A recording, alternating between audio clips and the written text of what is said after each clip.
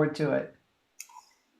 Today I'm interviewing Sue Ryan. She wrote an article which was recently published in Authority magazine titled Lessons Learned as a Caregiver. Thank you for joining me here today, Sue. Thank you so much for having me. I really appreciate the opportunity to share my messages with your listening audience. I'm so glad you have a lot of important things to say. First of all, tell me, what was life like before you became a caregiver? Oh my gracious. My first caregiving journey began when I was in my mid 20s, and I have had multiple journeys since then. However, what I will say is that before caregiving became a really kind of a primary role in my life, I was a professional in the role of enterprise application software sales. I traveled around the world selling software and loved it. And I also loved traveling. So I did a lot of traveling. I used to show horses and loved that as well. And I moved quite a bit for my professional work and enjoyed that because I got to meet new people. I have five grandchildren and three great grandchildren. While I never had any children, my husband and I met when I was 46, and he had four sons, and I got to be the world's luckiest Nana. So I have had and still am having a wonderful, exciting life.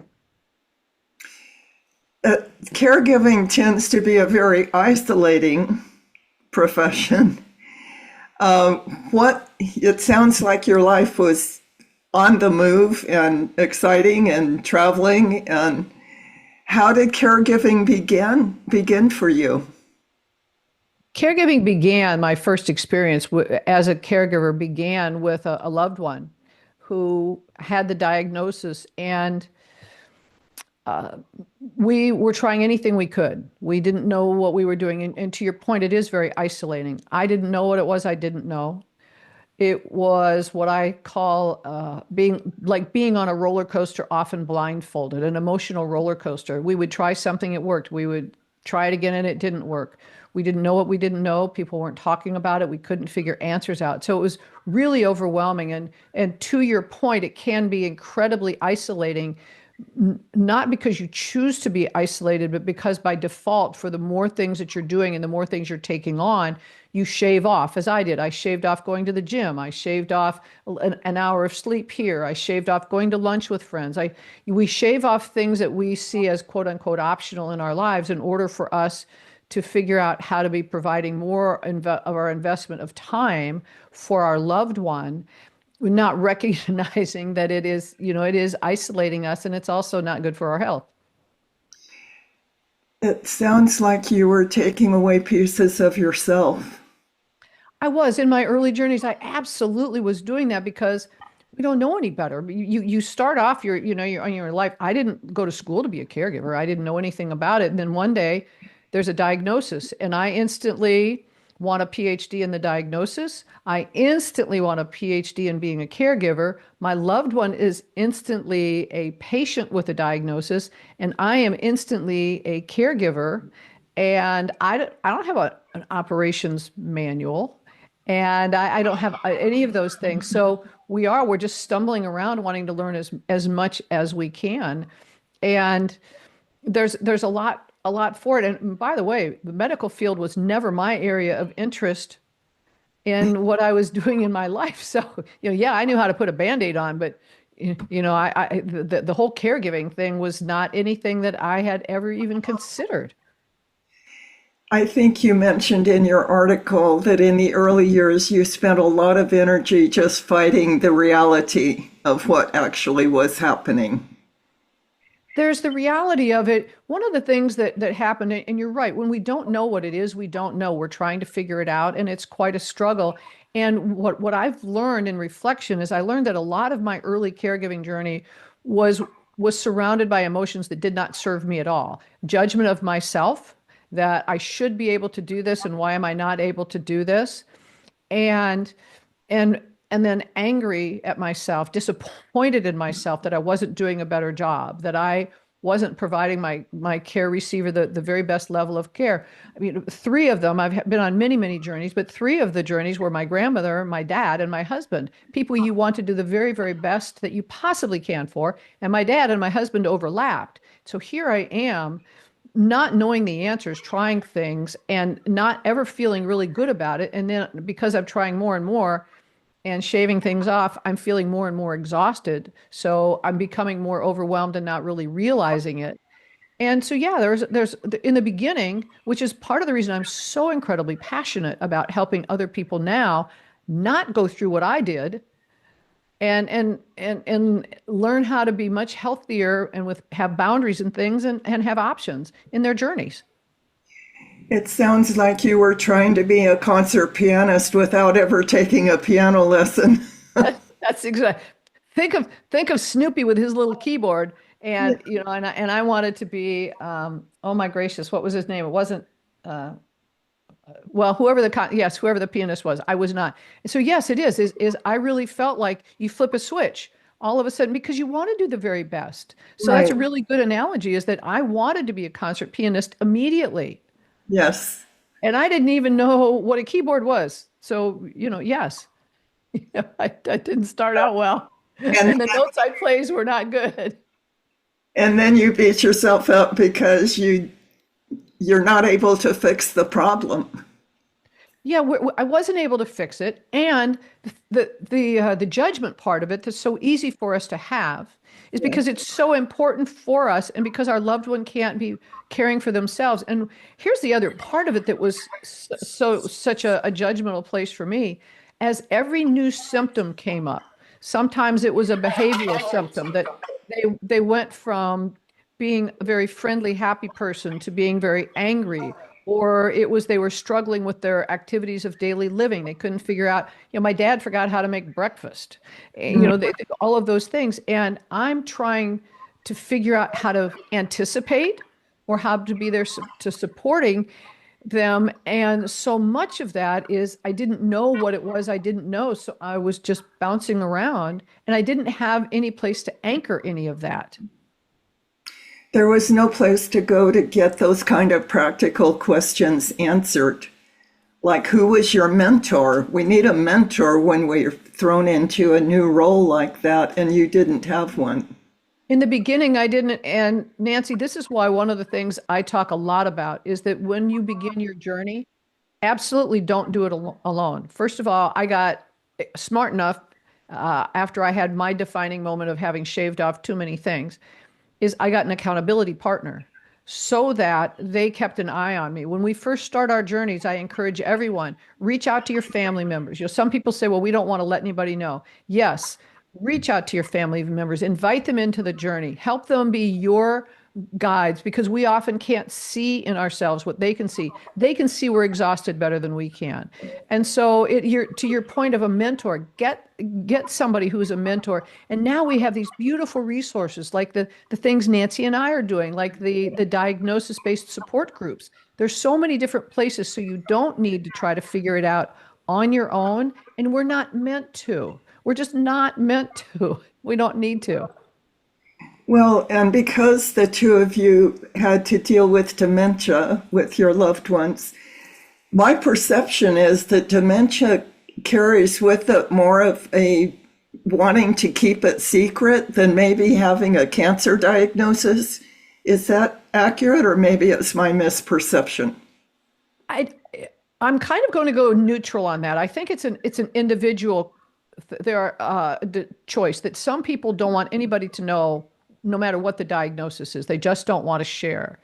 And where I find that and what I talk a lot with people about is that if you're a family member or if you know someone and you sense they're keeping that secret, it's often the caregiver who's now got the burden of being the caregiver as well as literally lying to those they love the most, which is hard for us, and then trying to figure out what the lies are and keep coming up with lies. And they're exhausted because they have to do even more.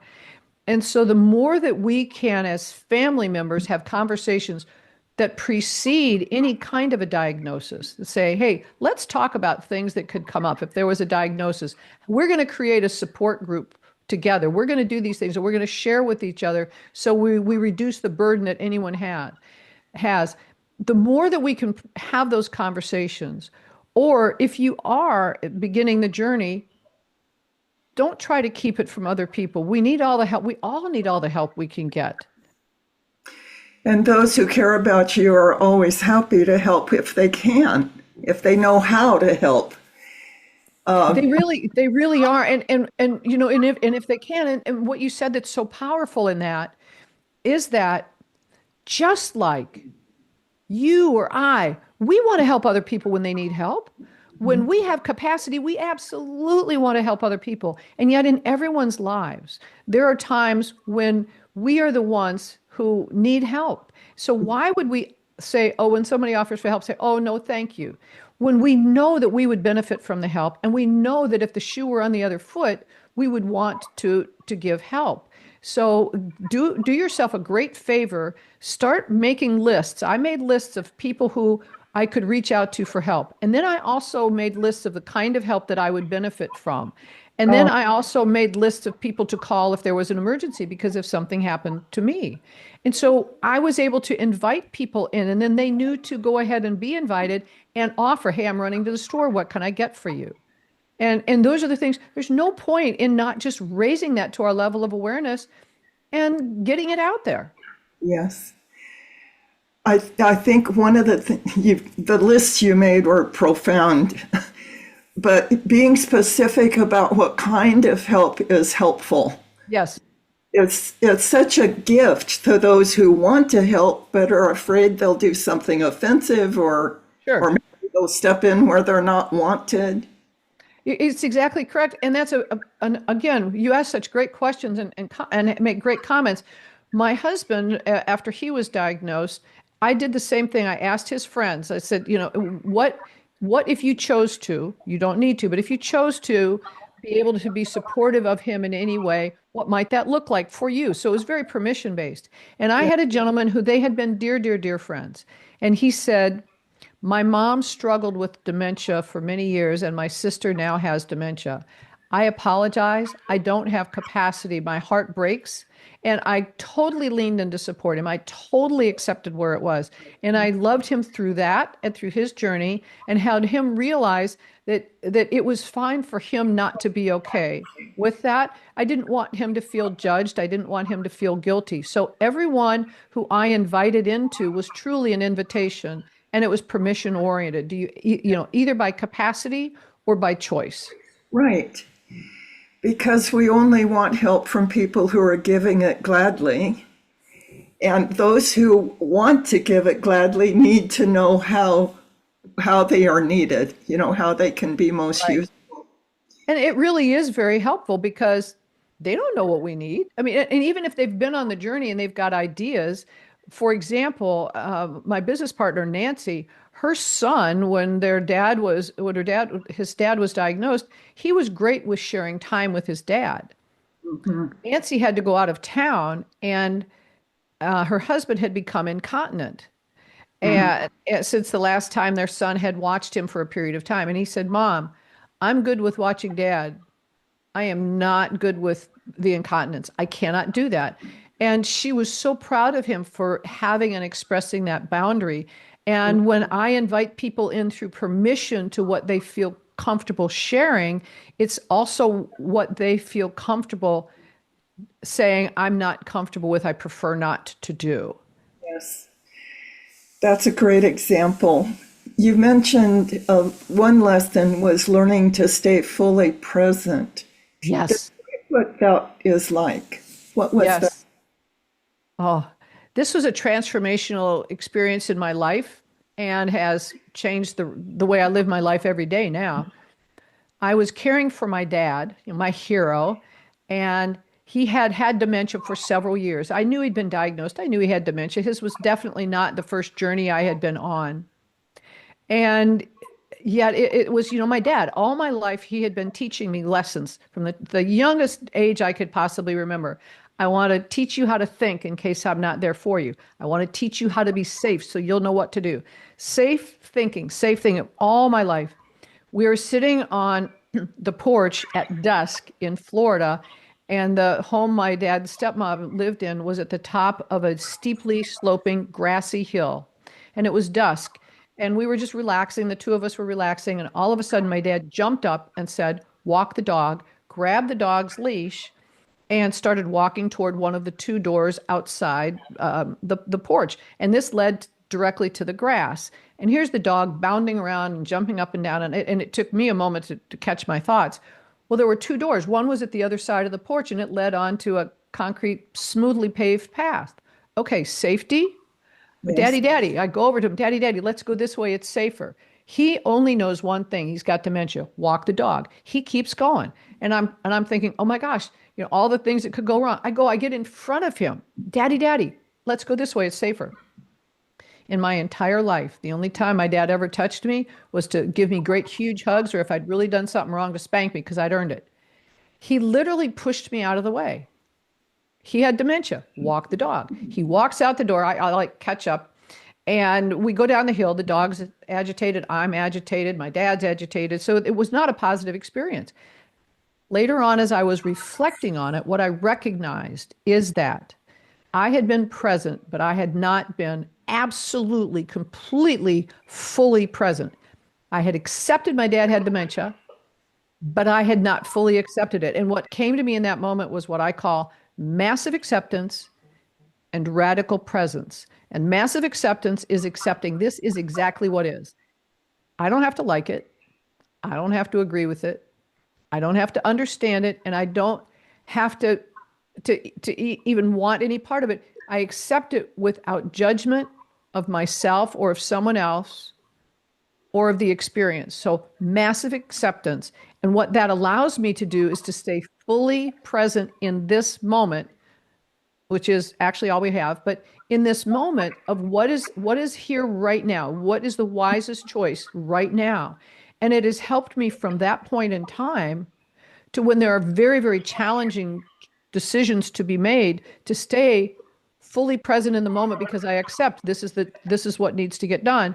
But then on the other side of it, Nancy, is there have been teeny tiny little moments you'd barely even notice. And I celebrate them with so much joy because I'm in that moment. Yes.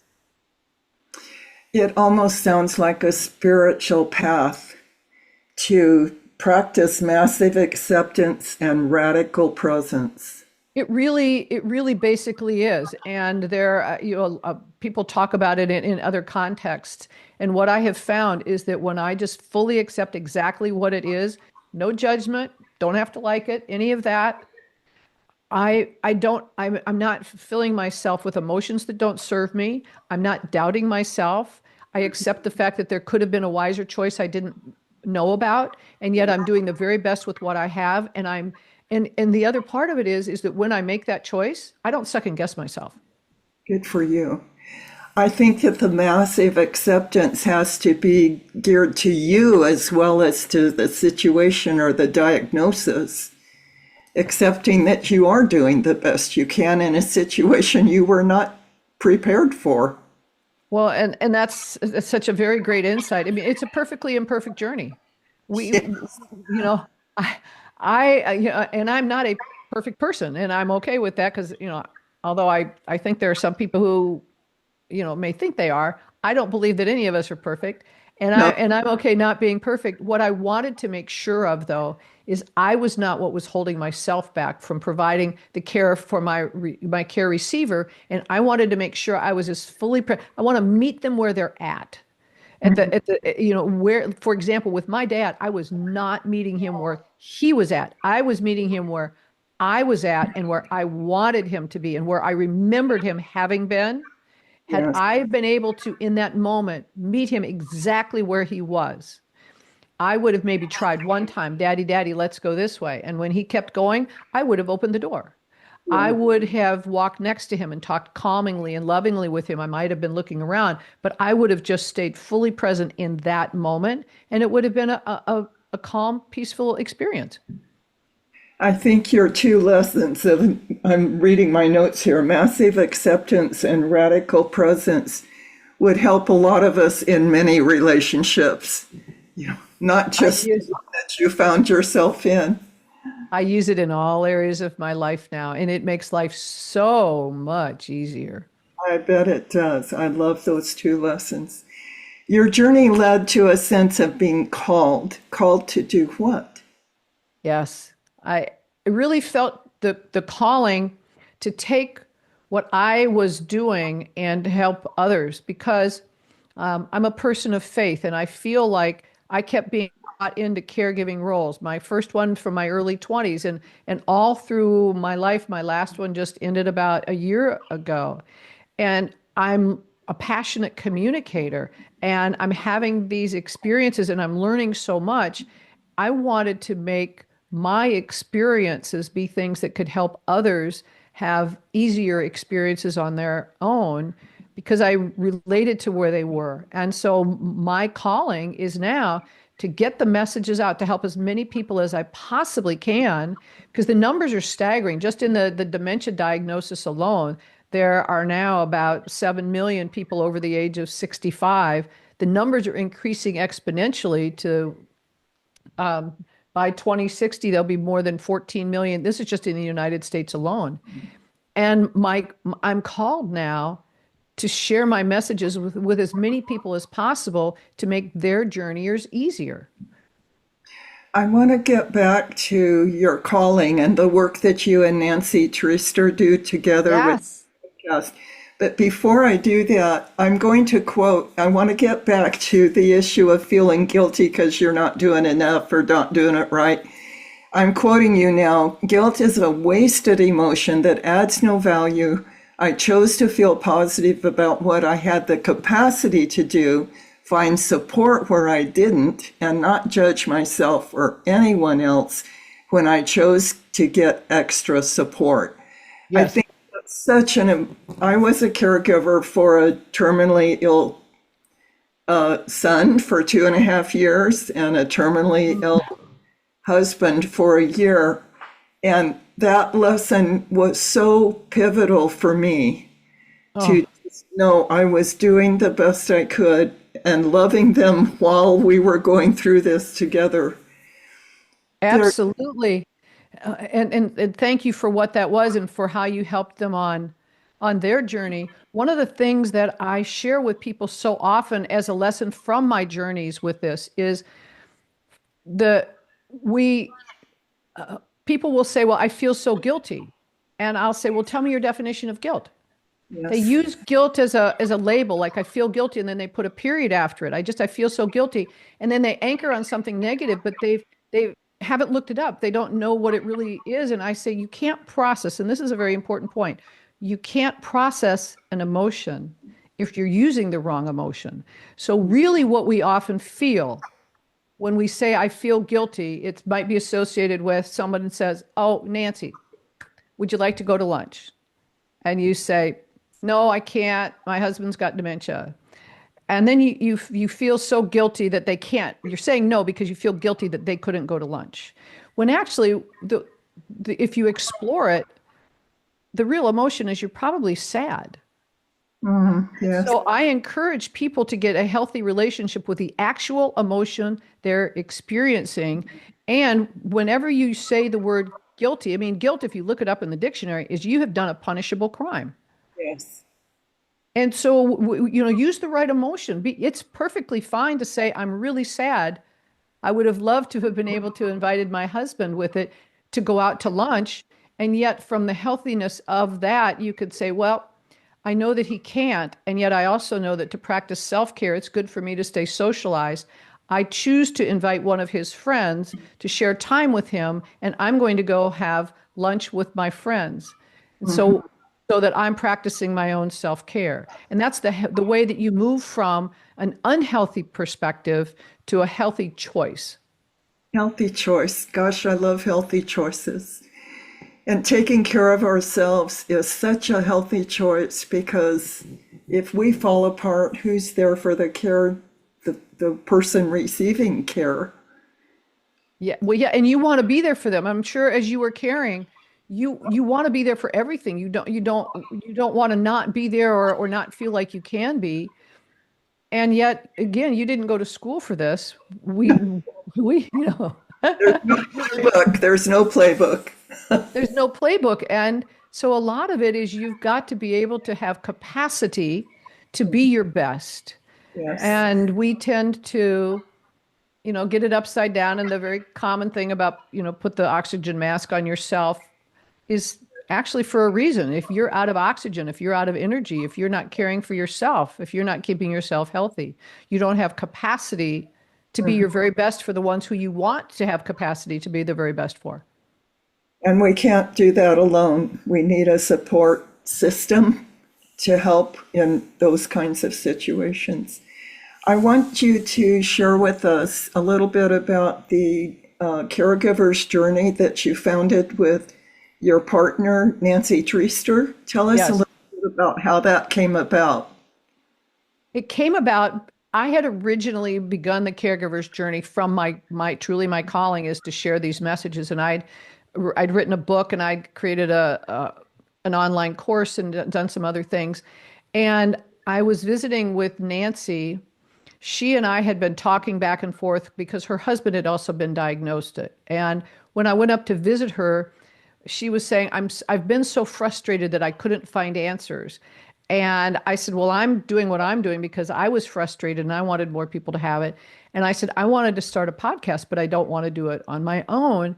And it was so natural for us to come together and the caregiver's journey in the way that it is meant to be of a variety of resources was born in that moment. And over the last 7 months, we have been recording podcast episodes. And what we say is they are practical tips and candid conversations for dementia family caregivers. We want you to be able to go to get a resource to get tips and exactly what to do that are the kinds of things that we didn't have access to help people on their journey. And yet, then we've also created a nonprofit so that we have the capacity now to support more family caregivers. We're creating workshops and courses, and we're getting ready to write a book about the journey so that no matter how people consume the answers they are seeking, we're putting the information in those places for them to make their journeys easier so they feel more confident and balanced and supported on their journeys than either of us felt early on ours. That's such an awesome purpose that you found as a result of the nightmares that you went through. The learning process that you went through that was so horrendous, and now you're turning around and sharing what you learned with others to make their journey easier. What I talk about, I did a TED talk, and what I talked about is in the moment of an experience, we cannot know if it's ultimately good or ultimately bad. And you're at choice.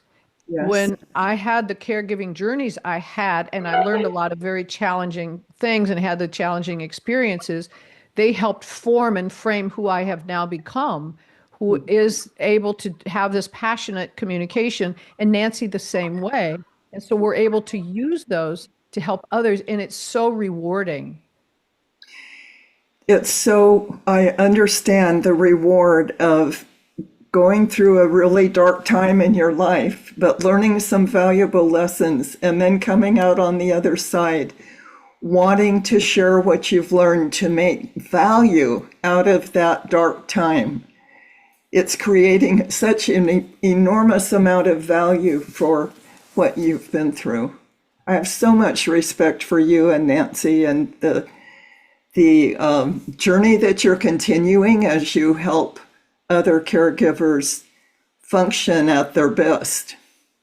Well, thank you very much. And as you well know, when we become a caregiver, if somebody came up to you and said, well, your loved one needs a caregiver, but you don't have to do that. We were like, well, yes, I am doing that. And so we often are taken on a path that we didn't have on our list, our top 100 list of things we would choose to do in our lives. And all Right. of a sudden it comes and you're at choice with how you do it. It's reasonable when you jump into it and you choose, you, well, of course I'm going to do this. We don't know what it is. We don't know. And for you to do that, and all of the emotions that you're going through, we often put down the consideration of our own emotions because we're so focused on the emotions and the journey of our loved ones.